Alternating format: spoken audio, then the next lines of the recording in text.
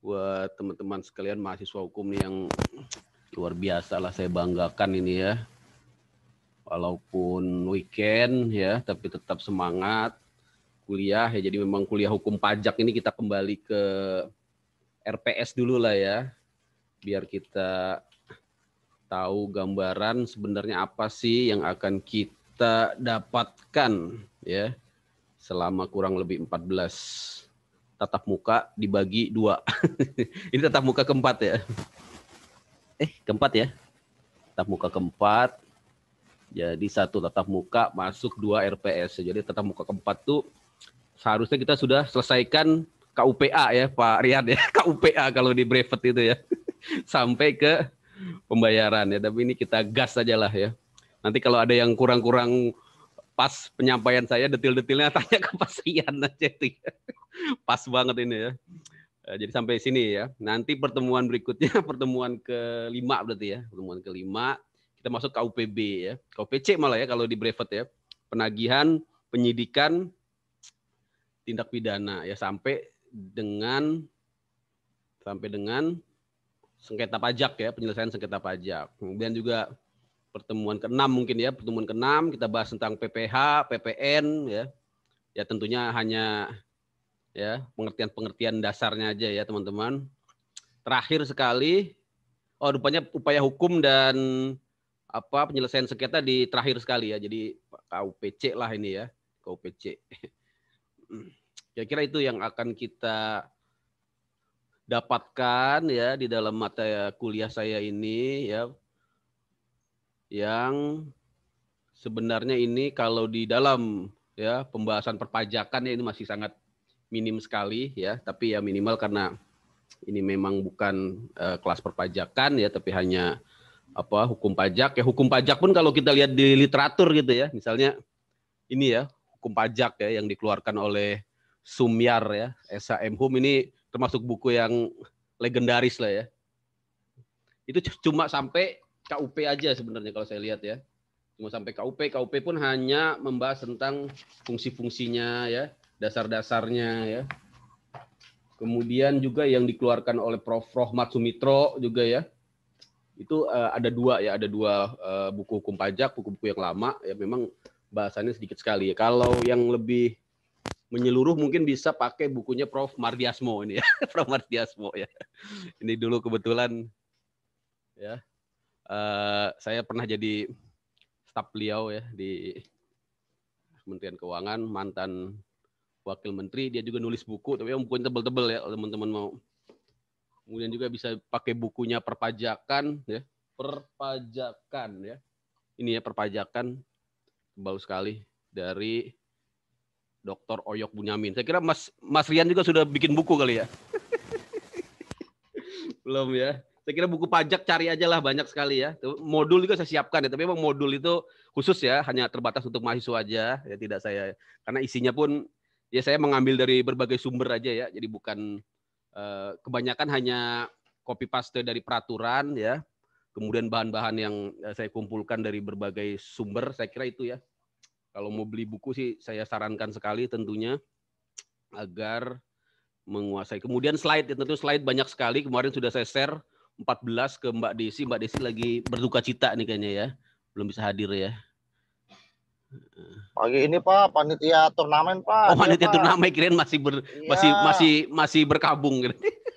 Makanya dilema tuh Pak. Dilema itu. Oh, pantesan sepi ini kampus namanya Zoom ini. Legal atau tidak. Jadi iya, kemarin kan turnamen cuma nih. berapa orang ini? 11 kemarin kan lumayan ya. Oke lah. Nanti kan kita kasih rekamannya lah. Modul juga sudah ada ya, modul sudah saya siapkan, modul KUP, tapi nanti saya share lagi. Kemarin jadi ini kita bahas ke KUP ya. Tapi sebelum ke KUP ya, izin saya mau sedikit ya ke yang kemarin sedikit tentang mana dia ya? Ntar saya buka dulu. Perpajakan internasional ya. Jadi kemarin kan baru sedikit. Saya mau ulas lagi kaitannya dengan modul 2 ya, perpajakan internasional ini dia. Nah ini. Bentar ya. lemot komputernya.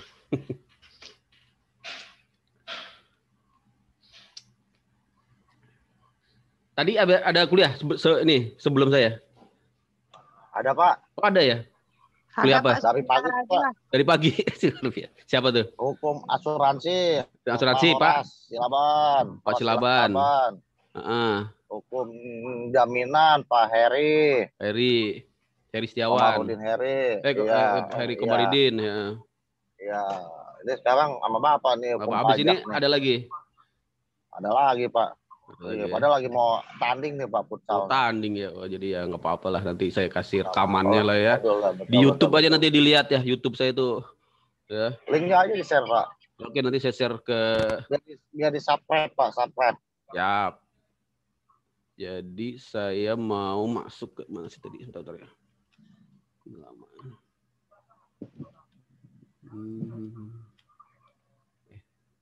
Ada polisi Cang. Ada polisi. Apa tuh ada polisi itu? Sebentar. Pajakan internasional ya. Jadi kemarin perpajakan internasional ya teman-teman itu baru saya bahas sedikit ya. Tapi sebenarnya sih teman-teman bisa lihat di modul ya. Di modul ini kemarin kan baru pengertian-pengertiannya aja ya. Baru sampai bab sini ya. Yang bab-bab bawahnya belum. Mungkin yang paling penting sih ini ya sebenarnya subjek ya, subjek pajak dan bukan subjek. Jadi teman-teman baca aja ya. Jadi nanti ini juga kaitannya dengan pertemuan kita di PPH ya, termasuk juga di KUP ya, nanti kaitannya dengan pendaftaran ya tentunya ya. Nah, makanya ini saya ulas sedikit ya biar nanti kita masuk ke KUP yang di bagian pendaftaran ya kita bisa menemukan apa namanya gambaran gitu ya mengapa ada yang namanya kewajiban pendaftaran. Nah jadi yang pertama ya teman-teman bisa lihat di modul ya bisa lihat di modul itu bab 2 modul ini ya perpajakan internasional ya. Ini saya buka lagi karena ya harus dibedakan nanti yang namanya subjek pajak dan wajib pajak gitu ya. Nah, kalau kita bicara nanti KUP memang itu definisinya adalah wajib pajak gitu ya.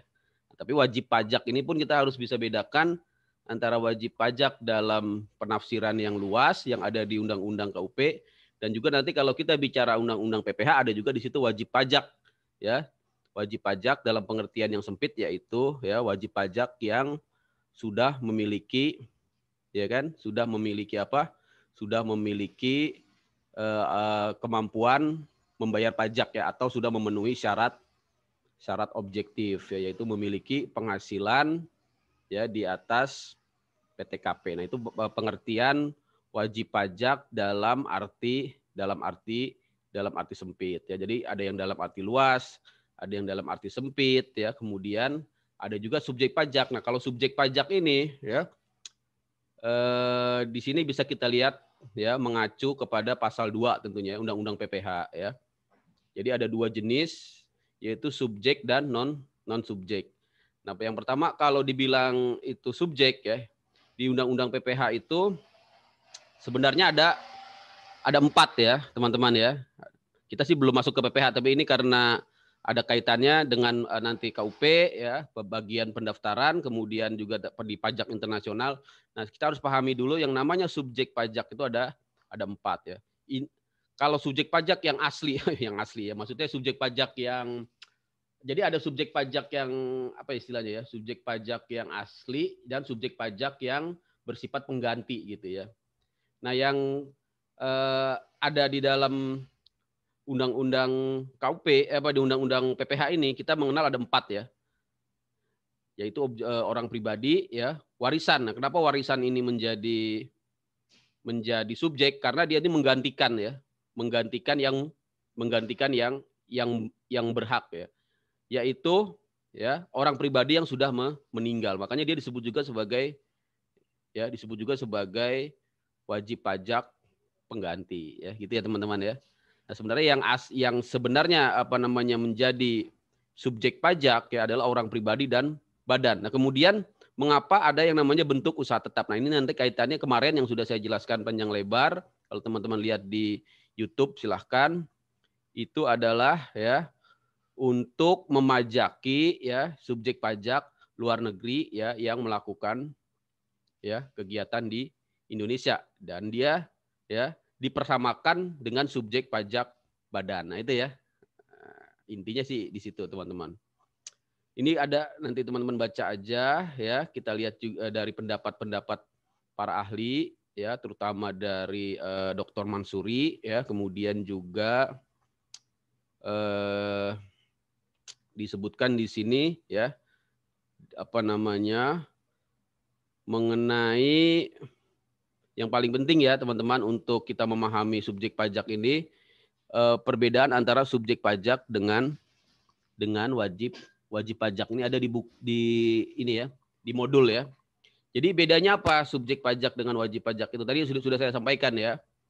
Jadi tidak semua subjek pajak adalah wajib pajak. Ada saatnya subjek pajak dapat berubah menjadi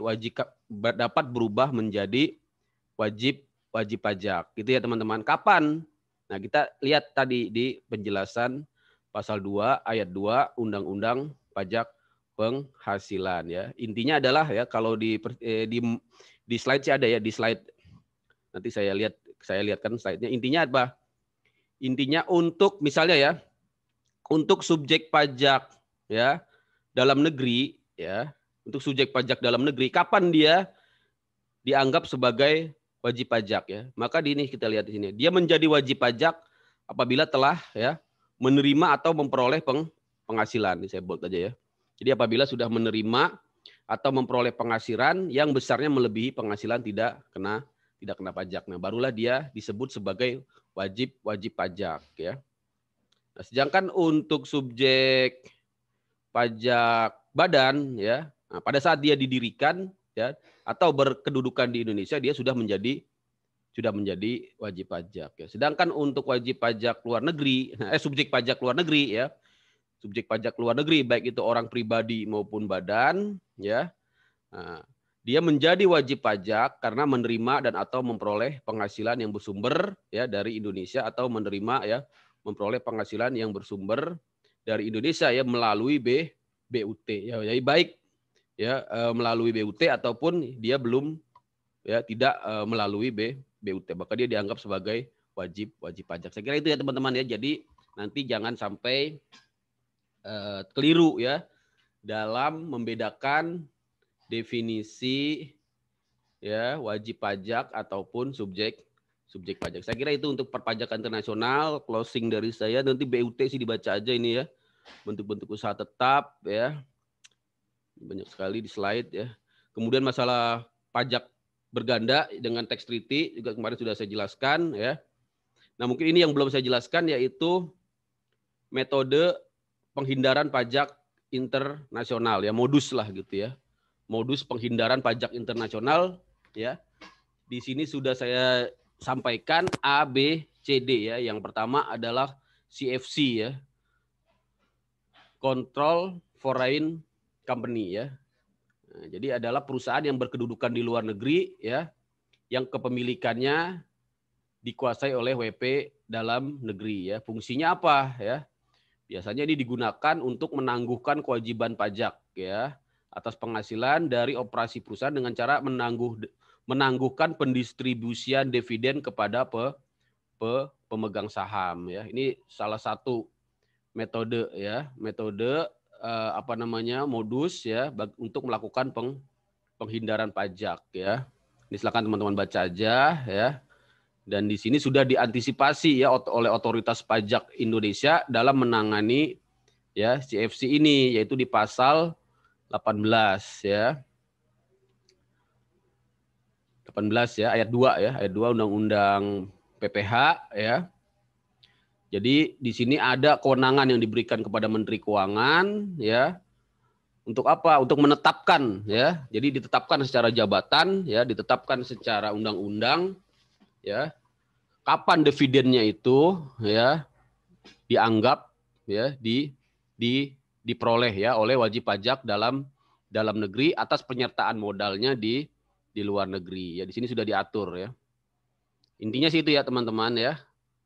Jadi misalnya besarnya penyertaan modal wajib pajak ya dalam negeri tersebut ya paling rendah 50% dari jumlah saham yang di store. Silakan teman-teman baca aja ya. Secara lebih jelasnya lagi diatur juga di PMK ya, Peraturan Menteri Keuangan 256 tahun 2008. Itu ya teman-teman ya. Oke. Nah, ini masih di modul yang kemarin ya. Gak apa-apa karena kemarin saya belum masuk ke sini. Teman-teman bisa baca. Kemudian ada yang disebut dengan ya metode yang kedua Special Purpose Vehicle Company ya. Yaitu perusahaan yang dibentuk dengan tujuan ya atau fokus yang terbatas dibentuk ya oleh suatu badan hukum untuk melakukan aktivitas khusus yang bersifat sementara ya. Perusahaan ini biasanya walaupun tidak perlu ya dikuasai hampir seluruhnya oleh badan hukum yang menjadi sponsornya ya SPC ini.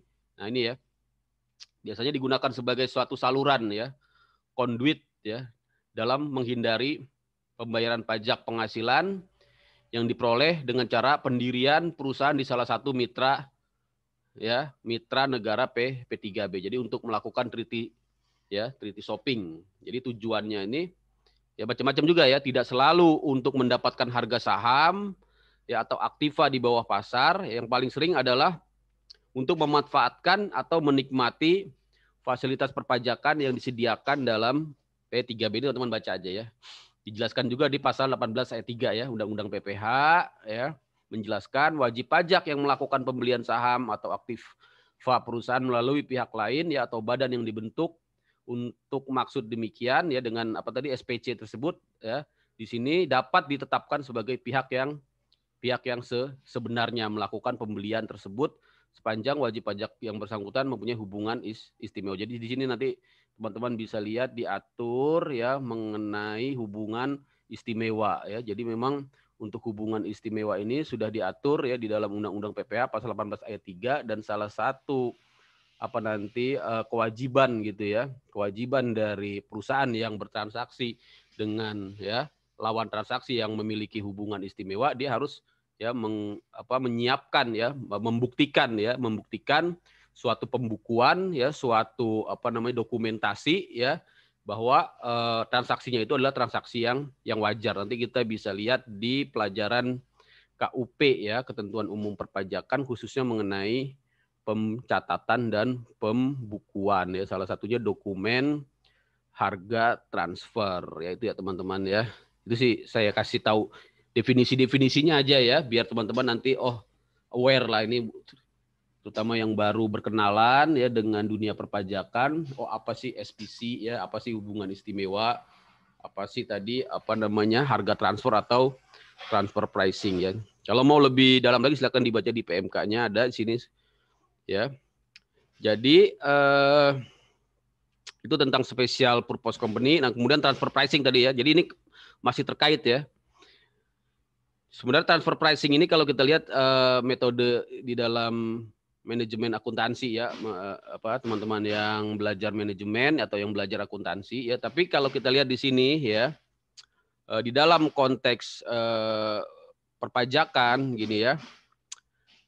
Jadi transfer pricing adalah suatu penetapan harga yang menggunakan harga transfer ya antar entitas yang memiliki hubungan istimewa. Nah, di sini memang ya dimungkinkan, berarti tidak selalu ya transfer pricing itu digunakan ya untuk merekayasa penghasilan ya, selama dia bisa dibuktikan ya melalui ya, transfer pricing yang lazim gitu ya. Sebenarnya dia tidak bertentangan gitu ya dengan perpajakan gitu ya. Tapi di sini ya memang harus ya diuji gitu ya, agar transfer pricing ini dilakukan ya dengan ya metode yang dengan menggunakan prinsip arm length ya, disebut dengan arm length principle ya. Jadi istilahnya tuh kewajaran lah gitu ya. Jadi silakan teman-teman baca, macam-macam ya metodenya, seperti misalnya transaksi pinjam meminjam ya yang kemudian akan berdampak kepada pembayaran bunga ya, pembayaran royalti ya, imbalan jasa, penjualan ya kepada pihak ketiga ya. Dan lain sebagainya ya. Di sini sudah diatur ya oleh Direktorat Jenderal Pajak ya. Bagaimana ya cara-cara untuk mendokumentasikan ya dan juga ya cara-cara untuk ya menguji gitu ya. Menguji ya apakah hubungan istimewa ya ini dilakukan dengan metode transfer pricing ya atau disebut ya TP method sini ya TP method. Di sini silakan teman-teman baca ya, ada A B C D macam-macam. Intinya sih di sini ya membandingkan lah gitu ya, membandingkan dengan perusahaan-perusahaan ya dari segi labanya, dari segi biayanya ya, dari segi harganya ya, apakah yang dilaporkan ya oleh perusahaan yang melakukan transfer pricing tersebut masih dalam kategori yang dapat dipertimbangkan ya. Gitu ya kira-kira teman-teman ya. Saya tidak akan terlalu detail, nanti untuk detailnya silakan di sini dibaca di modulnya. Kemudian yang berikutnya, yang tadi sempat kita singgung juga yang namanya treaty shopping ini tentunya bertentangan dengan tujuan dari adanya tax treaty ya, karena tax treaty itu kan untuk menghindarkan orang dari ketidakadilan pemajakan ya yang bersumber dari pemajakan ganda karena dia terkena ya 2 kali ya bahkan lebih pemajakan oleh 2 negara ya yang menerapkan asas yang berbeda pada satu objek dan suatu subjek pajak. Nah, tapi pada perkembangannya ya tax treaty tersebut justru ya dimanfaatkan ya oleh perusahaan-perusahaan ya yang yang mencari ya celah keuntungan dari banyaknya tax treaty yang ada di dunia ini ya sehingga dia melakukan praktek treaty shopping gitu ya teman-teman. Ini cara-caranya kita lihat ya, ciri-cirinya juga di sini sudah disebutkan ya. Dengan cara memperoleh manfaat dari P3B ini kemudian transaksi ya misalnya adalah substansinya ya dan semata-mata untuk memperoleh manfaat ya. Kemudian juga penerima penghasilan ya bukan pemilik sebenarnya ya atas manfaat ekonomis. Makanya ini nanti syarat ya, syarat untuk mendapatkan ya treaty benefit ya kan atau tarif ya keuntungan dari tax treaty ya misalnya penurunan tarif dari PPH ataupun metode lainnya ya itu harus ya tidak melakukan ya treaty shopping ini ya. Dan penerima manfaatnya itu ya harus benar-benar ya beneficial owner ya atau BO ini ya. Saya kira itu teman-teman ya, ini silakan dibaca aja nih luar biasa sekali ya teman-teman. Kemudian yang terakhir ini ya tin capitalization ini juga mengacu ya kepada ya praktek penghindaran pajak ya, tax avoidance ya yang dilakukan gitu ya dengan cara ya memperbesar ya rasio ya dari utang ya terhadap ekuitas ya. Jadi tujuannya kalau kita kenal dengan misalnya ini ya tin bagaimana misalnya ya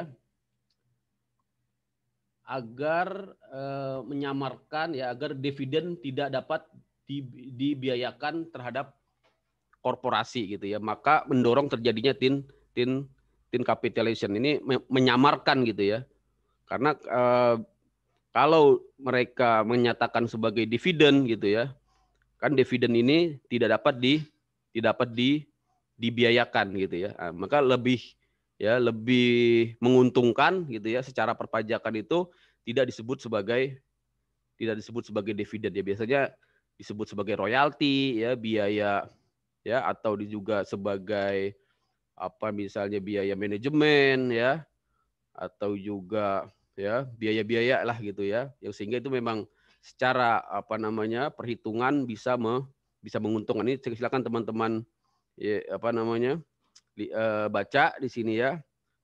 Artinya di sini ya mempertinggi utang ya terhadap ekuitas ini ya.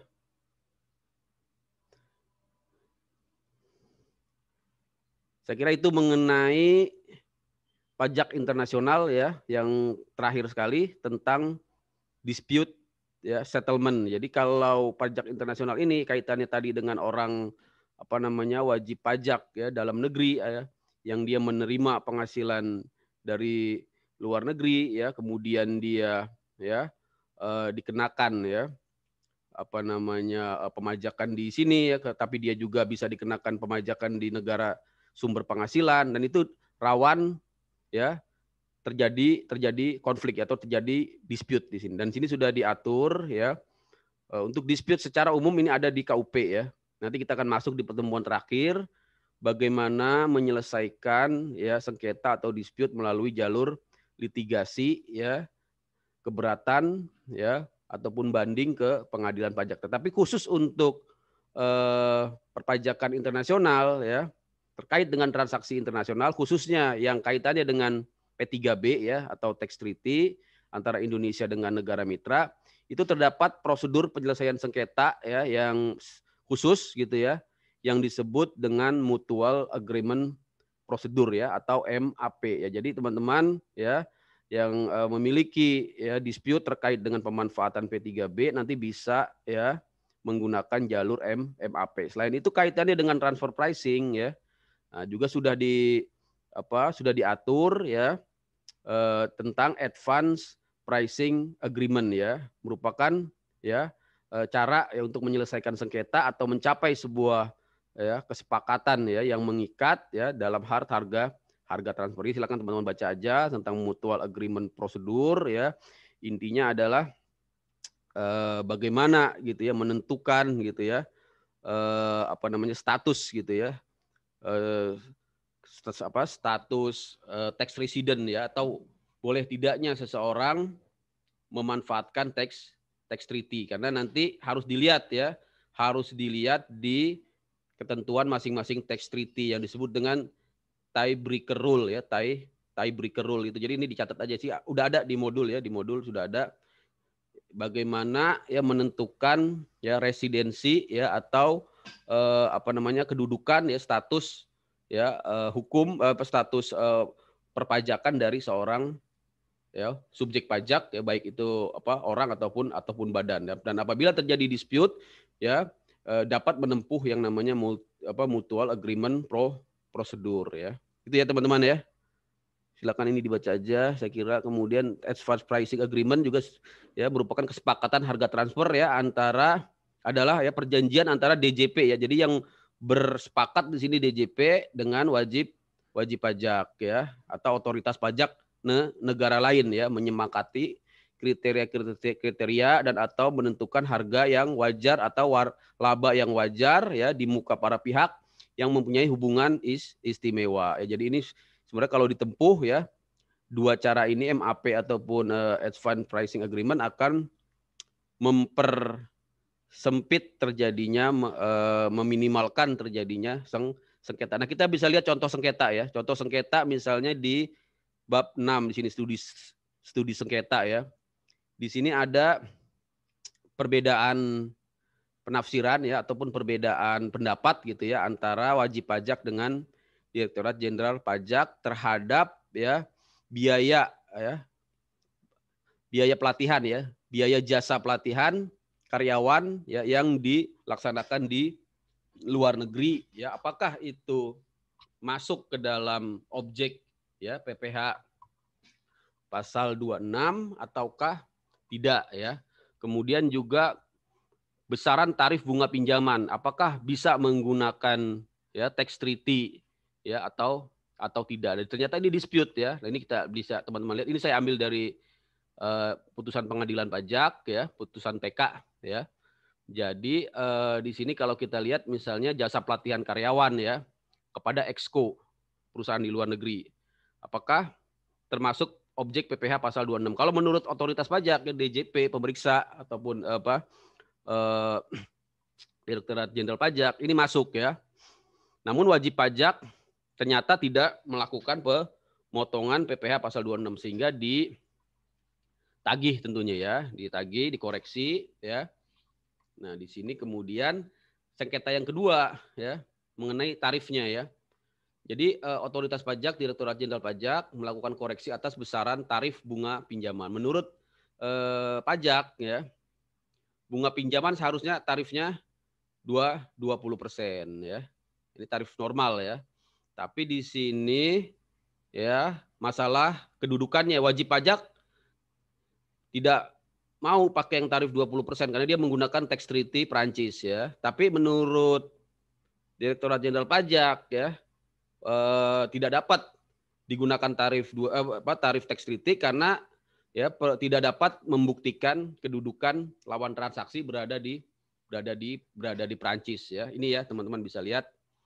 Ya ini kronologinya juga sudah ada. Intinya sih tadi seperti yang saya jelaskan. Nah, kemudian apa? Putusan pengadilan pajak ternyata mengabulkan ya. Jadi pengadilan pajak di sini menyatakan bahwa koreksi ya atas PPh pasal 26 ya tidak dapat dipertahankan ya. Ini pendapat para pihak. Silahkan. Di sini kita tidak akan terlalu detail. Intinya sih ya itu ya. Jadi masalah apa tadi kedudukan ya ataupun domisili ataupun tax resident dari dari lawan transaksi kita ya itu harus benar-benar kita uji ya, kita perhatikan ya dengan menggunakan kriteria-kriteria yang ada di dalam Undang-Undang PPh maupun yang ada di dalam tax treaty ya. Jadi memang itu sangat memungkinkan untuk terjadi dispute. Itu ya teman-teman ya. Saya kira itu untuk sengketa yang kedua teman-teman juga bisa cek lagi ya. Misalnya ini hampir sama ya. Kalau tadi biaya jasa pelatihan dengan tarif ya tax treaty atau tarif biasa ya di sini menggunakan di sini kewenangan atas bunga pinjaman. Saya kira ini juga hampir sama. Ini silakan dibaca aja ya. Tapi memang kasus yang kedua ini lebih nuansanya lebih berbeda ya. Nanti silakan dipelajari aja. Saya kira itu ya untuk perpajakan internasional. Nah, kita sekarang kembali ke sesuai dengan RPS kita harus masuk ke KUP ya. Untuk KUP saya kasih pendahuluan dulu ya. Nah, jadi kalau kita lihat ya teman-teman, KUP ini saya share ini aja deh. Saya share.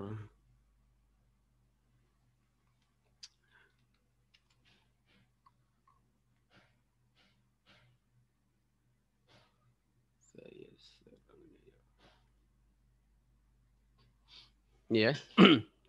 Jadi untuk KUP ya. Jadi posisinya di mana sih KUP itu? Pertama kita harus pahami dulu bahwa KUP itu ya atau Ketentuan Umum Perpajakan itu bagian dari hukum pajak tentu ya. Tentu itu sudah pasti ya. Tapi kita pahami dulu definisi hukum ya. Kembali kita ke pengantar ilmu hukum sedikit ya. Jadi sesuai dengan yang kita pahami ya di dalam kuliah hukum, selalu hukum itu tidak hanya undang-undang gitu ya, tapi juga hukum dalam pengertian yang lebih luas ya, yaitu disebut juga sebagai ya reh ya, ius ya, ataupun droit ya. Sedangkan dalam pengertian yang lebih sempit ya, hukum itu semata-mata ditafsirkan sebagai undang-undang ya, atau lex, disebut juga lex ya, loy, atau juga disebut sebagai wet gitu ya teman-teman. Nah, kaitannya dengan hukum pajak, kembali kita ingat di pertemuan sebelumnya ya, memang ada dua pendapat di sini ya. Ini pendapat yang paling masyhur gitu ya, yang juga diterapkan di praktek di Indonesia ya, di mana hukum pajak ini berdiri sendiri ya, terlepas dari hukum tata usaha negara. Kita bisa lihat ya prakteknya, misalnya di dalam ya pembidangan peradilan ya, di dalam pembidangan peradilan. Kita lihat bahwa peradilan pajak ya, yang mana merupakan bagian dari ya pelaksanaan ya hukum pajak itu berdiri sendiri ya, tidak menginduk ataupun tidak di bawah ya peradilan tata usaha negara. Tentunya berangkat dari pemahaman ini bahwa hukum pajak yang bersifat lex spesialis ya, ataupun hukum pajak itu berdiri sendiri terpisah dari hukum tata usaha negara ya. Ini salah satu pendapat ya dari Prof. Adriani. Tentunya kemarin kita juga tak paham, ada juga pendapat yang berbeda ya, terutama dari Profesor Rohmat Sumitro ya, yang masih menempatkan hukum pajak di dalam bagian hukum administrasi negara ya.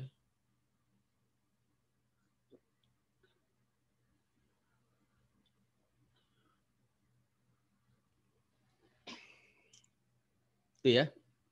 Nah, sekarang kita lihat, ini aja ya. Ini upaya hukum nanti ya. Bagaimana kedudukan KUP ya. Jadi kalau kita lihat dari dua jenis ya hukum pajak, itu ada yang namanya hukum pajak material dan hukum pajak formil. Nah, KUP ada di sini ya. Ada di hukum pajak formal ya. Kita lihat ya, isinya pun ya berisi tentang formalitas ya, prosedur ya, atau disebut juga procedural law ya. Mulai dari pendaftaran ya, pembukuan ya, pemeriksaan, penagihan ya, penyidikan ya, sanksi. Itulah yang akan kita pelajari di dalam pertemuan KUP ya, mungkin sampai 2 pertemuan lah ya. Kita masih berkutat di KUP ya. Jadi kalau kita bicara KUP di sini masuk ya. Hukum pajak formal, Undang-Undang Nomor 6 tahun 83 tentang KUP diubah terakhir dengan Undang-Undang Nomor 16 tahun 2009. Tapi sekarang sudah diubah lagi ya dengan adanya Undang-Undang Ciptaker ini ya. Undang-Undang Nomor 11 ya. Nomor 11 tahun 2020 tentang Ciptaker. Jadi kalau bicara tentang ketentuan umum perpajakan atau hukum formal pajak, kita tidak hanya berhenti di undang-undang KUP-nya saja, tapi ternyata ya berhubungan juga ya dengan undang-undang di luar undang-undang KUP, yaitu ini ya Undang-Undang Nomor 9 tahun 2017 tentang akses informasi keuangan untuk kepentingan perpajakan, Undang-Undang Nomor 11 tahun 2016 tentang pengampunan pajak atau tax amnesty, dan terakhir sekali ya yang kemarin ya tahun kemarin ya di bulan November ya kalau tidak salah ya, akhir-akhir tahun 2020, Undang-Undang 11 tahun 2020 ya. Nah ini ya, jadi dan Undang-Undang Ciptaker juga kita tahu juga merubah ya, selain Undang-Undang KUP juga Undang-Undang PPN ya, dan juga Undang-Undang PPH. Nanti mungkin secara khusus ya, saya sudah ada slide-nya itu dari DJP ya, saya ambil. Nanti saya share aja ke teman-teman ya, apa saja poin-poin yang dirubah oleh Undang-Undang Ciptaker ya, dari mulai Undang-Undang PPN sampai dengan Undang-Undang PPH. Nanti saya kasih slide-nya ya.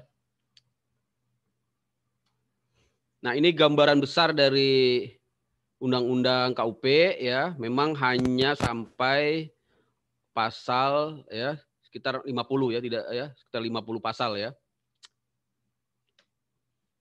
Nah, siklusnya seperti ini ya, atau apa circumnavigation-nya ya. Jadi dimulai dari ketentuan umum ya. Ketentuan umum ini ya mendefinisikan tentang wajib pajak ya, yaitu syarat subjektif dan syarat objektif ya. Maka dia menjadi wajib pajak. Tadi barusan kita bahas sudah ya, nanti kita bahas lagi juga di bagian pendaftaran. Maka sesudah kita memahami definisi ya wajib pajak ya, maka di sini berlaku yang namanya sistem self assessment ya. Maka secara secara inisiatif pribadi ya, atau secara material ya. Jadi secara material itu maksudnya apabila kondisi ya, keadaan ya, peristiwanya sudah terjadi, maka kewajiban itu berlaku. Tidak harus menunggu adanya suatu ketetapan formal dari instansi pajak ya, dari otoritas pajak. Itu yang disebut dengan kewajiban material ya. Karena nanti kewajiban material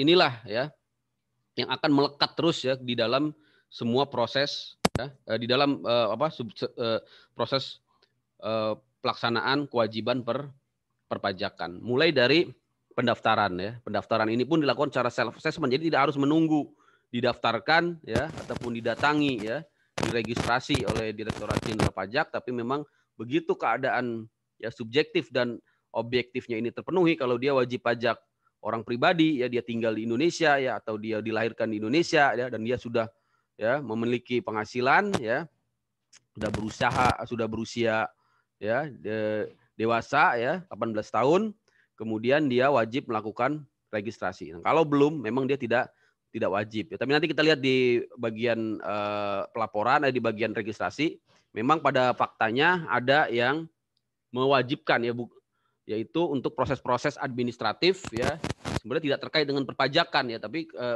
itu juga sebenarnya dimungkinkan ya. Misalnya ketika ingin ngelamar kerja gitu ya, kok diminta syarat NPWP ya, padahal dia belum berpenghasilan ya, tapi memang itu dimungkinkan ya. Nah, kemudian kewajiban berikutnya ya, yaitu masuk ke pembukuan dan pencatatan ya. Nah, ini ada di pasal 28 ya. Kalau registrasi tadi pasal 2 dan 2A, kemudian kewajiban untuk melakukan pembayaran ya pasal 9 ya, pasal 10, pasal 11 ya, kemudian ya melakukan pelaporan ya, pelaporan pajak dalam bentuk SPT ya, surat pemberitahuan ya, baik itu SPT masa ya untuk PPN ataupun PPh yang bersifat pemotongan ya, kemudian juga SPT tahunan ya untuk penghasilan ya orang pribadi maupun badan. Nah, disinilah terakhir ya siklus self assessment. Nah, nanti akan berlanjut dengan yang namanya siklus ya, akan berlanjut dengan yang namanya siklus official assessment ya. Mulai dari pemeriksaan pajak ya untuk menguji tentunya ya kepatuhan ya ataupun ya kebenaran ya secara material dari pelaporan pajak, maka dilakukan pemeriksaan pajak. Itu diatur di pasal 29, 29A ya, 30 dan 31. Nanti apabila di dalam pemeriksaan ini ditemukan kekurangan pajak ya, atau sudah produk dari pemeriksaan ini adalah surat ketetapan ya, bisa ketetapan pajak nihil ya, surat ketetapan pajak kurang bayar, ketetapan kurang bayar tambahan, surat ketetapan pajak lebih ya, dan juga bisa berupa surat tagihan pajak ataupun nanti bisa masuk ke yang namanya bukti permulaan ya, apabila dia terkait dengan tindak pidana ya, nanti akan dilanjutkan ke tindak pidana perpajakan. Nah, itu siklus yang terakhir sekali, yaitu tentang penagihan pajak dan upaya hukum pajak dari circumnavigation undang-undang KUP ya, teman-teman. Tuh. Nah, berikutnya ya ada ketentuan khusus, yaitu tentang restitusi ya, imbalan bunga ya, juga diatur di dalam KUP ya. Nah, itu yang nanti akan kita selesaikan mungkin sekitar 2 pertemuan ya, sampai pertemuan besok, mungkin sampai 3 pertemuan ya. Ini KUPA, pertemuan ini masih ya, pertemuan berikutnya kita masih akan berkutat di KUP.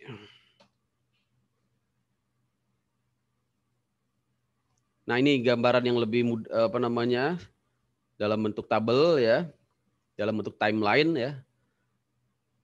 Jadi dimulai dengan fase timbulnya hak dan kewajiban ya, tentunya secara yang disebut dengan apa tadi, kewajiban material ya, atau timbulnya utang pajak secara material ya, disebut juga sebagai ajaran material ya, ajaran material atau material, di mana ya apabila sudah memenuhi ya suatu ya peristiwa ya atau tatbestan gitu ya, maka berlaku undang-undang, maka timbullah hak dan kewajiban. Maka di sini masuk yang namanya ya fase self assessment ya, yaitu untuk ya secara ya self assessment ya, swadaya ya, inisiatif pribadi tapi itu bersifat wajib, dia harus NPWP atau ber-PKP, kewajiban untuk mendaftarkan diri ya, NPWP untuk wajib pajak ya, baik itu orang pribadi maupun badan, PKP untuk pengusaha kena pajak kaitannya nanti dengan kegiatan usaha ya, dia wajib untuk melaporkan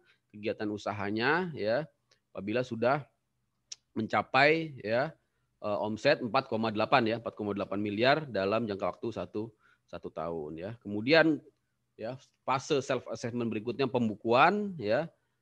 Kemudian melakukan penetapan. Jadi penetapan ini ya harus diperhatikan, ini ada juga penetapan yang bersifat self assessment, artinya ya penetapan dalam arti menghitung ya, memperhitungkan ya kan, mengkreditkan ya kan, kemudian juga melakukan rekonsiliasi ya, rekonsiliasi biaya-biaya ya yang harus dibiayakan ya, atau penghasilan penghasilan ya yang dapat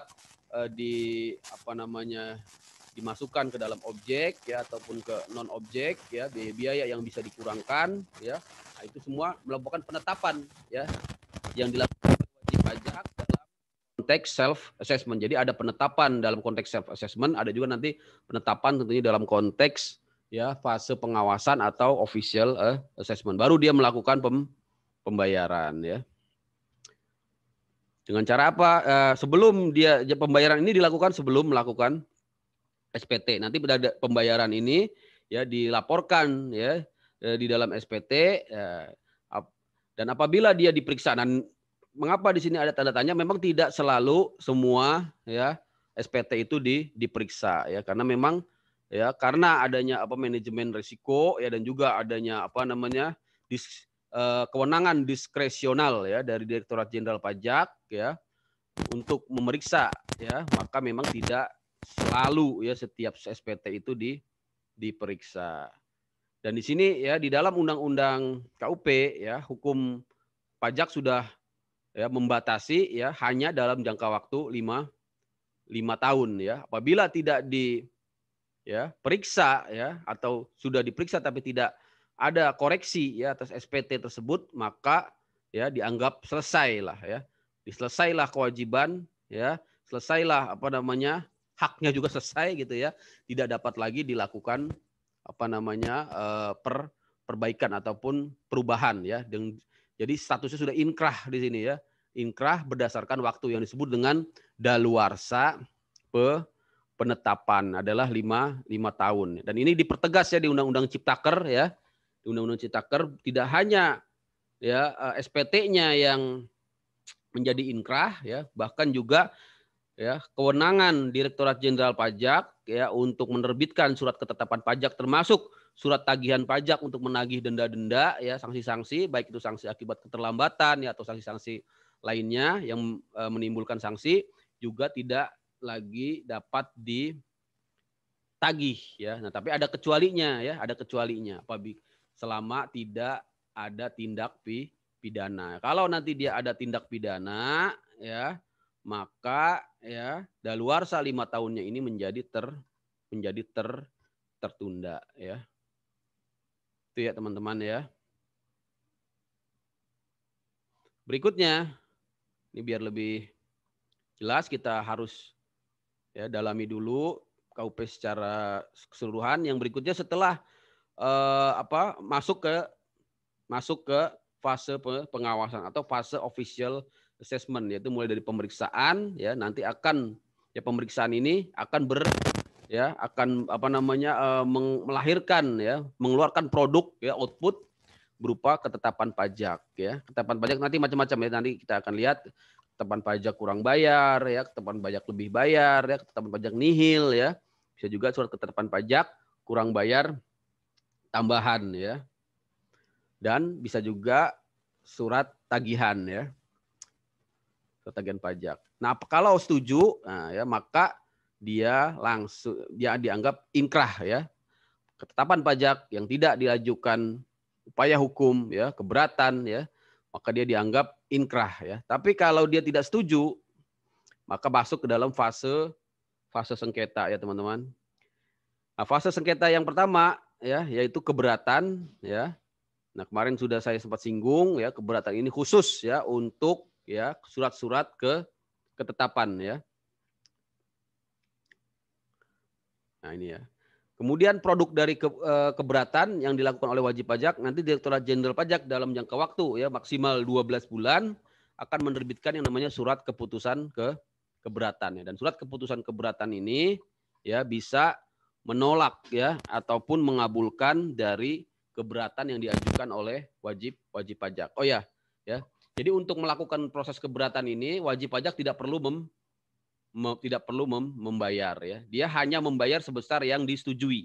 Sedangkan untuk yang tidak disetujui ya wajib pajak tidak perlu membayar. Tapi nanti konsekuensinya ya, apabila dia di keberatan ini ditolak, jadi harus membayar kenaikan ya. Dia harus membayar kenaikan 50% ya, denda ya berupa kenaikan 50% ya sebagai konsekuensi ya dia tidak membayar ya, dia tidak membayar ya.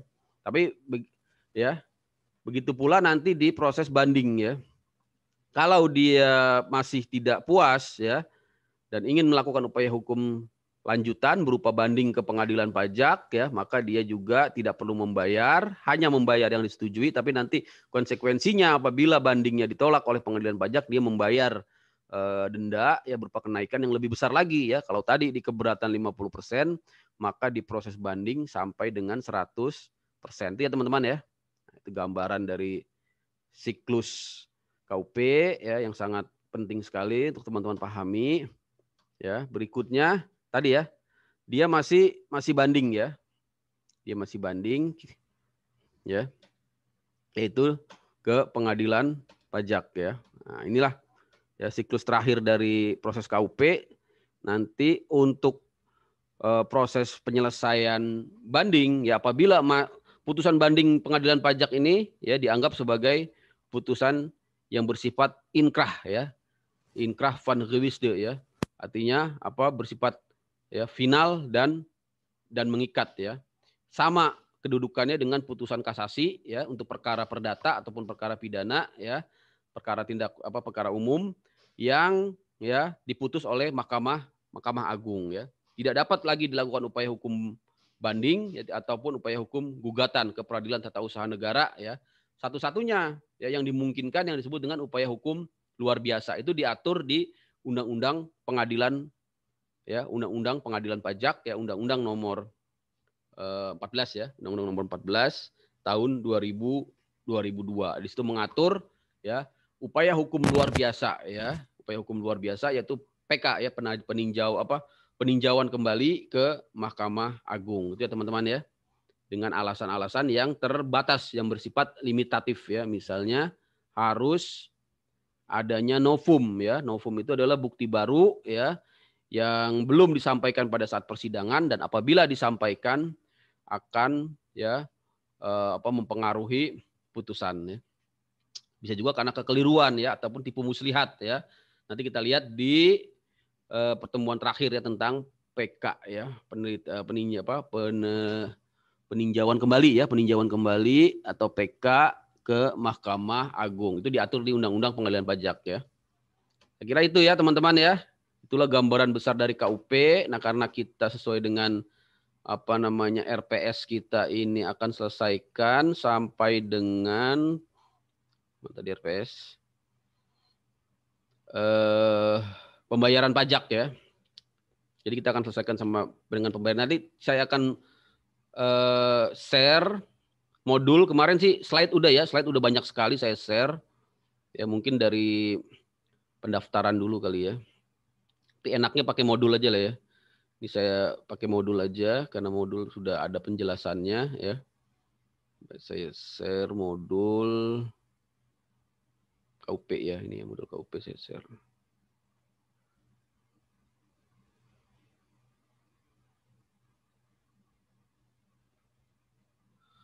Mana mobil KUP? Nah, ini dia. Nah, ini ya teman-teman ya. Jadi ini sudah saya siapkan modul tapi yang ini belum saya share ya karena masih saya sempurnakan dan juga saya mau kompilasi dengan Undang-Undang Ciptaker ya, Undang-Undang Ciptaker yang baru ya. Jadi ini masih menggunakan modul tahun yang lalu ya. Jadi kita nanti selesaikan yang namanya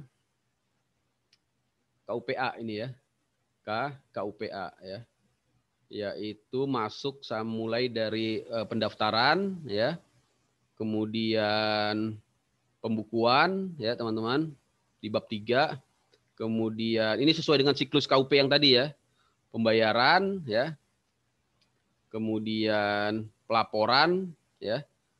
Kemudian pemeriksaan. Nah, ini akan kita selesaikan ya sampai dengan hari ini ya.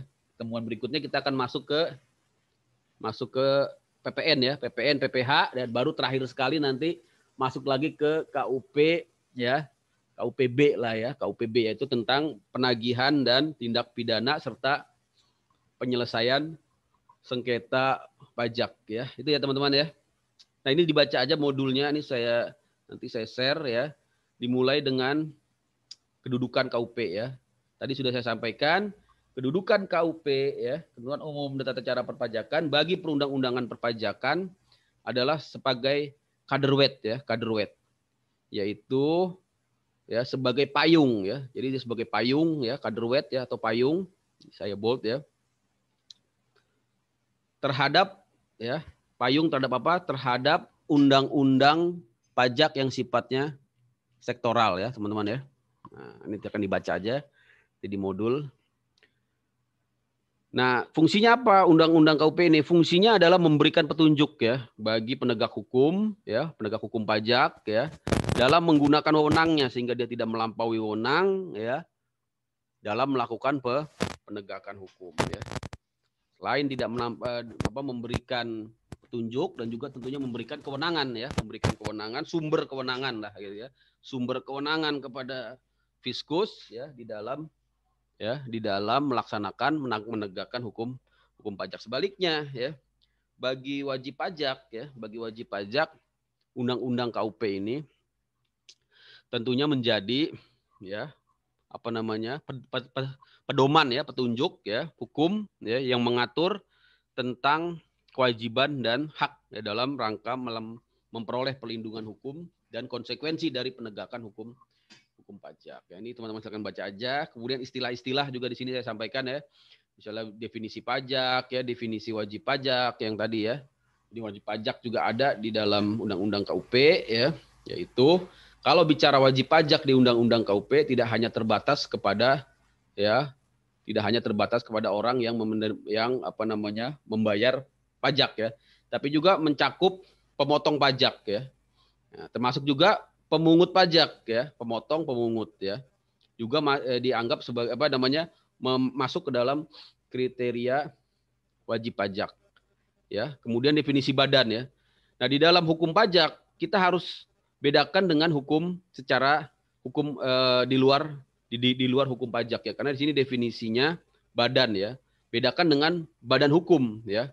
Karena definisi ya wajib pajak badan ya di dalam KUP ya, di dalam hukum pajak ini lebih luas ya. Lebih luas. Ya, artinya apa? Artinya tidak terbatas hanya badan hukum yang ada di dalam ya hukum hukum perusahaan ya, atau kita corporate law ya, company law. Kita kan mengenal ya ada 3 ya, PT ya kan, yayasan dan koperasi ya. Itulah badan hukum. Sedangkan CV ya, firma itu bukan badan hukum. Tapi di dalam hukum pajak ya, kita lihat di sini ini disebut dengan ya tidak membedakan seperti subjek hukumnya, subjek pajaknya ya, yang disebut dengan subjek pajak badan, artinya yang memiliki kewajiban-kewajiban ya perpajakan ya yang dianggap sebagai badan ya, yaitu sekumpulan orang dan atau modal ya yang merupakan kesatuan ya, baik yang melakukan usaha maupun tidak ya. Jadi tidak harus badan itu badan yang bergerak di bidang usaha, di bidang bisnis, tapi juga badan-badan yang non profit ya, yayasan lah gitu ya, yayasan ya, ataupun organisasi-organisasi ya yang tidak melakukan usaha ya, meliputi PT ya, perseroan terbatas ya, perseroan komanditer, perseroan lainnya, badan usaha milik negara ya, BUMD, badan usaha milik daerah dalam bentuk apapun ya. Firma juga masuk ya, kongsi ya, koperasi ya, dana pensiun, persekutuan, perkumpulan, yayasan, organisasi massa, ormas juga masuk. Nah, ini kan menjadi pertanyaan, kenapa ya? Kan kami tidak melakukan kegiatan bisnis, kami tidak menghasilkan keuntungan ya. Kami tidak memiliki ya syarat objektif ya. Syarat objektif itu kan memiliki penghasilan gitu ya. Kenapa kami dianggap sebagai ya wajib pajak badan ya, yang harus mendaftarkan ya NPWP ya. Karena di sini definisi wajib pajak itu tadi kan tidak hanya ya orang yang membayar pajak ya, tapi juga meliputi pemotong dan pemungut ya. Karena kalau dia itu badan ya tentunya dia melakukan ya pemungutan ya atau melakukan pemotongan misalnya ketika dia memberikan ya penghasilan dalam bentuk gaji ya kepada karyawan gitu ya, maka dia tetap ya harus menggunakan ber NPWP dan dia dianggap sebagai wajib pajak badan. Saya kira itu teman-teman ya. Dan yang terakhir yang dimaksud dengan subjek pajak badan ini ya adalah lembaga dan bentuk badan lainnya ya. Jadi memang di sini ya all in ya, semua masuk ya. Termasuk kontrak investasi kolektif ya, kontrak investasi kolektif KIK ya. Misalnya seperti dana reksa ya, ataupun apa namanya pengelola manajer investasi itulah ya. Kemudian juga yang tadi kita bahas badan usaha bentuk usaha tetap yang sebenarnya dia untuk memajaki subjek pajak luar negeri, tapi karena dia memenuhi syarat-syarat ya berkegiatan di dalam negeri sehingga dia dibentuk ya badan usaha tetap yang mana ya perlakuan perpajakannya disamakan dengan wajib pajak badan dalam negeri. Saya kira itu teman-teman ya. Untuk pendaftaran tadi kita ulang lagi. Pengusaha ini ada definisi pengusaha ya, itu orang pribadi ataupun badan dalam bentuk apapun yang melakukan kegiatan usaha dan pekerjaan menghasilkan barang. Ya, ini termasuk jenis-jenis usaha ya, menghasilkan barang, mengimpor barang, mengekspor barang ya, melakukan usaha perdagangan, memanfaatkan barang tidak berwujud dari luar daerah pabean ya, melakukan usaha jasa atau memanfaatkan jasa dari luar daerah pabean. Silakan teman-teman baca, ini banyak sekali ya definisi-definisi yang sering ya akan muncul nanti di dalam pembahasan hukum pajak ya. Ya. Macam-macam ya definisinya, pekerjaan bebas ya, pemeriksaan, bukper ya. Ini sudah saya sampaikan, teman-teman bisa baca. Dan kita akan masuk ke pendaftaran ya. Yaitu ya dimulai dengan ya NPWP ya. Itu nomor yang diberikan kepada wajib pajak. Dan sebagai apa? Sebagai sarana administrasi ya teman-teman. Jadi memang NPWP ini sebagai sarana administrasi perpajakan, juga sebagai identitas wajib pajak dalam melaksanakan hak dan kewajibannya ya. Ya, ini silakan dibaca aja ya. Kewajiban dan fungsi NPWP. Jadi NPWP ini tadi sebagai apa? Sebagai identitas ya. Identitas wajib pajak ya dalam melaksanakan hak dan kewajibannya. Nah, ini ya.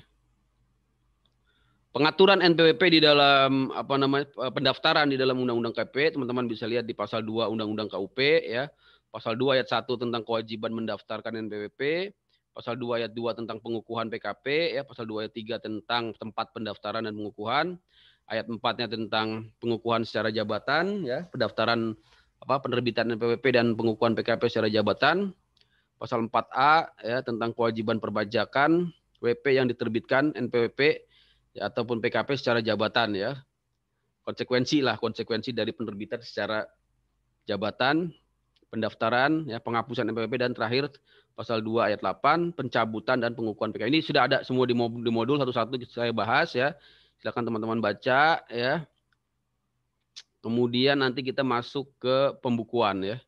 Nah, ini ke pembukuan silakan dibaca aja. Apa bedanya pembukuan atau pencatatan gitu ya. Nah, Undang-Undang KUP mengatur ya.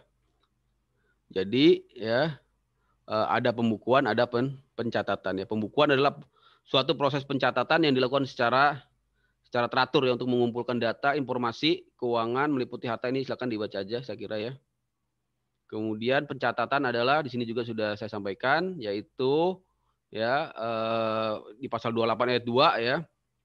Terdiri atas ya kegiatan secara teratur, pencatatan secara teratur atas peredaran atau penerimaan bruto ya. Jadi bedanya apa pencatatan dengan pembukuan? Kalau pencatatan hanya mencatat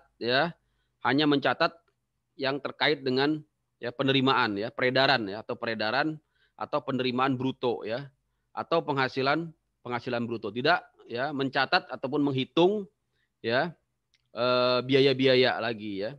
Nah, kemudian siapa yang wajib melakukan pembukuan ya? Nah, nanti enaknya sih pakai slide ini ya, pakai slide aja kali ya.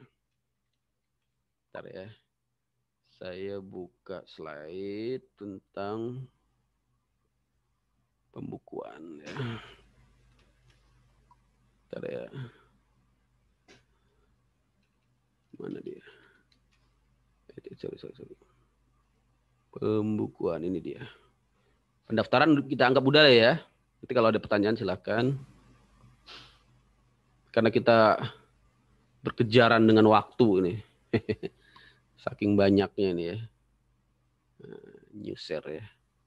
Saya share tentang pembukuan. Bentar dulu. Mana sih? Bentar ya. Banyak banget slide-nya. Pembukuan ini nih. Enable editing. Share ya. Nah. Ini jam berapa? Udah mau jam 1 ya. Jadi kalau masih kurang waktu nanti pertemuan berikutnya lah ya. Saya perdalam tentang pembukuan sampai dengan nanti. Pokoknya KUP lah ya kita selesaikan ya. Ini pembukuan ya. Ini sudah ada di modul ya. Slide juga saya share. Jadi apa yang dimaksud dengan pembukuan dan pencatatan tadi sudah saya sampaikan. Tentunya pembukuan ini ya sifatnya lebih kompleks ya, lebih lengkap ya, karena yang dicatat juga meliputi semua ya aspek-aspek keuangan ya, data dan informasi dari wajib pajak ya, harta, kewajiban, modal ya, penghasilan ya, termasuk perolehan ya, persediaan penyerahan barang dan jasa ya. Terakhir ditutup dengan laporan keuangan yang neraca, ini masih istilah ya. Sekarang istilahnya bukan neraca ya, yang dari akuntansi ya. Sekarang istilahnya apa? Lupa saya deh. Istilahnya bukan neraca lagi ya. Laporan rugi laba ya. Nah, kalau pencatatan ini hanya terdiri atas informasi terkait dengan ya pengumpulan informasi secara teratur terkait dengan peredaran ya atau penerimaan bruto atau penghasilan bruto ya sebagai dasar untuk menghitung pajak terutang yang dikenai objek pajak ya yang bersifat final ya. Jadi ciri khas pencatatan itu dia ya. Objek pajaknya bersifat final ya. Khususnya ini untuk badan ya, untuk badan untuk orang pribadi ya, orang pribadi ataupun badan ya yang menggunakan objek pajak yang menggunakan tarif PPh final ya, yaitu yang memiliki omset di bawah 4,8 miliar ya. Nah, ini ya. 4,7 miliar tentunya dia ya cukup dengan pencatatan saja ya, karena dia masih di bawah 4,8 miliar ya. Kemudian yang wajib pembukuan, wajib pajak badan ini wajib ya, wajib pajak badan wajib ya. Kalau untuk orang pribadi ya ada yang dikecualikan ya, yaitu ya yang menggunakan istilahnya norma penghitungan penghasilan neto ya. Maka dia tidak diwajibkan melakukan pembukuan tapi cukup dengan melakukan pencatatan ya. Untuk orang pribadi ya yang tadi ya yang melakukan pekerjaan bebas ya, pekerjaan bebas itu seperti dokter, ya akuntan, ya pengacara, artinya profesional lah gitu ya. Nah, dia dapat ya diperbolehkan ya menghitung penghasilan neto dengan menggunakan norma penghitungan penghasilan neto ya. Dengan syarat ini ya, peredaran brutonya dalam 1 tahun kurang dari 4,8 M ya, boleh menghitung dengan menggunakan ya norma penghitungan penghasilan neto ya, dengan syarat memberitahukan kepada Dirjen ya dalam jangka waktu 3 bulan ya pertama dari tahun pajak yang bersangkutan ya. Jadi harus memberitahukan ya. Yang tidak melakukan kemudian yang tidak melakukan kegiatan usaha tentunya ya dan pekerjaan bebas ya tentunya tidak wajib pembukuan ya, karyawan ya. Tidak perlu, dia cukup dengan pencatatan saja ya. Nah, kemudian wajib pajak orang pribadi yang tidak ya memilih menyelenggarakan pembukuan ya, yaitu ya yang tidak memilih ya untuk menyelenggarakan pembukuan. Jadi wajib pajak ini adalah yang dapat menggunakan norma penghasilan neto ya. Wajib memberitahukan tadi ya paling lama 3 bulan dalam awal tahun pajaknya ya. Maka apabila dia tidak memberitahukan ya, artinya diam-diam aja gitu ya, maka dia dianggap menyelenggarakan pembukuan. Jadi defaultnya itu pembukuan ya untuk wajib pajak orang pribadi ya yang melakukan kegiatan usaha atau pekerjaan bebas ya. Nah, di sini nanti ada konsekuensinya ya. Kalau dia dianggap melakukan pembukuan tapi dia tidak melakukan pembukuan ya, maka dia akan dihitung ya secara jabatan nanti ya. Kita lihat di sanksinya bagian-bagian terakhir. Ini informasi di dalam pembukuan, prinsip pembukuan ya intinya adalah taat asas ya. Karena kalau pembukuan tidak taat asas tentunya tidak akan bisa dipakai juga oleh Direktorat Jenderal Pajak, oleh pemeriksa ya. Sehingga nanti akan tetap dilakukan koreksi-koreksi ya. Taat asas ini ya untuk mencegah pergeseran laba atau rugi ya. Mulai dari stelselnya ya, metode penyusutannya, amortisasinya, ini silakan dibaca aja ya. Kemudian untuk stelsel kas ya, yang digunakan ya bisa stelsel akrual ya, juga bisa stelsel kas ya. Jadi dengan demikian undang-undang perpajakan kita ya dinamakan juga sebagai stelsel campuran ya. Ini silakan dibaca aja metode pembukuan juga ya. Nah, kemudian yang perlu dipahami di sini ya untuk ya tahun buku, tahun pajak dan tahun kalender. Jadi tahun buku ya tidak harus sama dengan tahun kalender ya. Penyebutan tahun pajak yang bersangkutan menggunakan tahun yang di dalamnya termasuk 6 bulan pertama atau lebih ya. Misalnya tahun buku 1 Juli 2008 sampai dengan ya 30 Juni 2006 30 Juni 2009 maka dia dianggap sebagai tahun pajak 2008 karena penyebutan tahun pajak yang bersangkutan menggunakan tahun yang di dalamnya termasuk 6 bulan pertama ya, 6 bulan pertama atau lebih ya, seperti contoh ini ya. Kemudian apabila tahun bukunya 1 Oktober 2008 ya sampai dengan 30 September 2009 ya, karena ini sudah lebih ya 2009-nya sudah lebih ya dari 6 bulan ya, maka dia masuk ke dalam tahun pajak 2009. Itu ya teman-teman ya. Cara untuk melihat tahun pajak apabila tahun bukunya tidak sama dengan tahun pajak atau tahun kalender. Ini kemudian mengenai perubahan tahun buku ya silakan nanti teman-teman baca aja ya. Kemudian pembukuan harus dalam bahasa Indonesia ya dan mata uang rupiah dimungkinkan ya apabila mendapatkan izin dari Menteri Keuangan. Ini silakan dibaca aja ya. Permohonan izin juga sini sudah ada ya. Kewajiban menyampaikan SPT tahunan ya juga harus dalam bahasa Indonesia ya. Kalau SPT tahunan ya diperbolehkan ya mengajukan lampiran laporan keuangan dalam mata uang dolar ya. Kemudian penyimpanan wajib disimpan selama 10 tahun. Ini silakan teman-teman lihat di modul juga sudah saya jelaskan ya. Terakhir sekali tentang ya TP-Doc ini juga sudah ada ya, transfer pricing dokumen ya, penentuan harga transfer dengan ya menggunakan ya arm's length principle ya. Sini silakan teman-teman lihat di sini ya.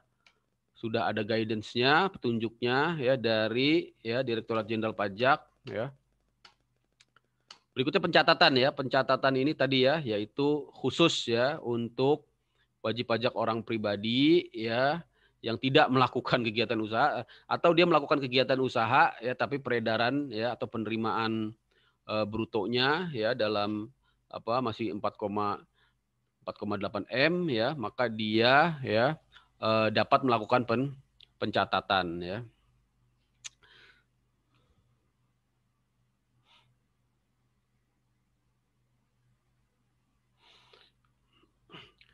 Apa saja yang dicatat? Peredaran bruto tadi sudah ya, peredaran bruto ya, kemudian penerimaan bruto dan penghasilan bruto ya harus dibuat dalam 1 tahun ya. Dalam 1 tahun pajak, pencatatan harus dibuat secara kronologis dan sistematis. Ini tentang pencatatan. Nah, ini yang paling penting ya. Mungkin ini yang terakhir ya, sebelum nanti kita ini udah jam 1 ya. Tentang sanksi-sanksi ya. Pertama ada sanksi administrasi ya. Nah, sanksi administrasi ini di pasal 28 ya dan pasal 29 ya. Apabila tidak dipenuhi ya kewajiban-kewajiban pasal 28 dan pasal 219 itu artinya apa namanya? Tidak dapat ya melakukan pencatatan ya ataupun pembukuan, maka dikenakan sanksi 50% ya dari PPh ya. Ataupun 100% ya terkait dengan PPh Potput ya dan 100% terkait dengan PPN dan PPNBM ya apabila apa namanya pembukuan ataupun pencatatannya tadi ya tidak memenuhi ketentuan ya sehingga tidak dapat diketahui besarnya pajak yang terutang ya maka dia di sini kita lihat ya dikenakan sanksi ya sebesar macam-macam ya 50 sampai dengan 100% bahkan terkena sanksi pidana ya kalau dia secara sengaja ya memperlihatkan pembukuan pencatatan atau dokumen yang palsu ya atau dipalsukan. Ini di pasal 39 Undang-Undang KUP ya. Jadi, silakan teman-teman. Saya kira itu dulu ya untuk KUP. Nanti teman-teman bisa lihat di modul sudah saya buat nanti saya share ke teman-teman ya. Sebenarnya kita masih sampai ke pembayaran ya. Jadi besok mungkin kita tambahin lah ya. Masih kita bahas tentang pembayaran dan terakhir tentang pelaporan dan pemeriksaan pajak ya. Saya kira itu ya teman-teman ya. Karena waktunya sudah habis. Oke, Pak. Ya. Habis ini apa? Hukum apa lagi? Habis ini hukum ini, Pak. Apa namanya? Pelindungan konsumen. Masya Allah, mantap ya. Luar biasa ya. Gas terus. Nanti kalau ada yang mau tanya-tanya silakan ya bisa WhatsApp ke saya ya atau di Adlink ya, Adlink kayaknya jadi ini ya, jadi momok ini ya. Adlink masih error Pak, masih error. Cuma 2 ekor aja, 2 ekor, 2 mahasiswa maaf ya. Ya sudah ya, kita yang penting error, jalan, Pak. Yang penting ilmunya bisa diserap terus ya. Baik, terima kasih. Tahun depan wisuda Pak, jadi SH Pak. Wah, tahun depan langsung wisuda, luar biasa ini iya, Pak. Langsung mau beracara aja nih ya. Sekarang pun udah bisa ya kan lewat masa, Pak? apa namanya paralegal lah LBH ya, LBH ya kan sebagai belum asisten. hidup Pak LBH Iblam Jakarta Pak. Kenapa? LBH Iblam Jakarta belum hidup. Belum hidup. Mati suri katanya. Mati suri ya gara-gara COVID ini ya pada ini ya males-malesan ya. Gabung aja lah ya kasus tuh, Pak, sama dosen-dosen yang jadi lawyer itu ya ada Pak Erwin ya, ada Pak Miftahul Huda ya, Pak Win. Pak Erwin nanya Rini dulu. Nanya Ibu Rini dulu. Oh gitu ya, ada jalur khususnya ya. Iya. Baik ya teman-teman ya. Negara, Ibu Rini setuju. Karena oke, selamat siang, terima kasih kepada teman-teman. Nanti saya share lagi ya Pak Rian ini kalau ada yang ini silahkan nanti japri aja lah kalau ada tambah-tambahan ini saya mengharap sekali ini. Siap Pak, terima kasih Pak.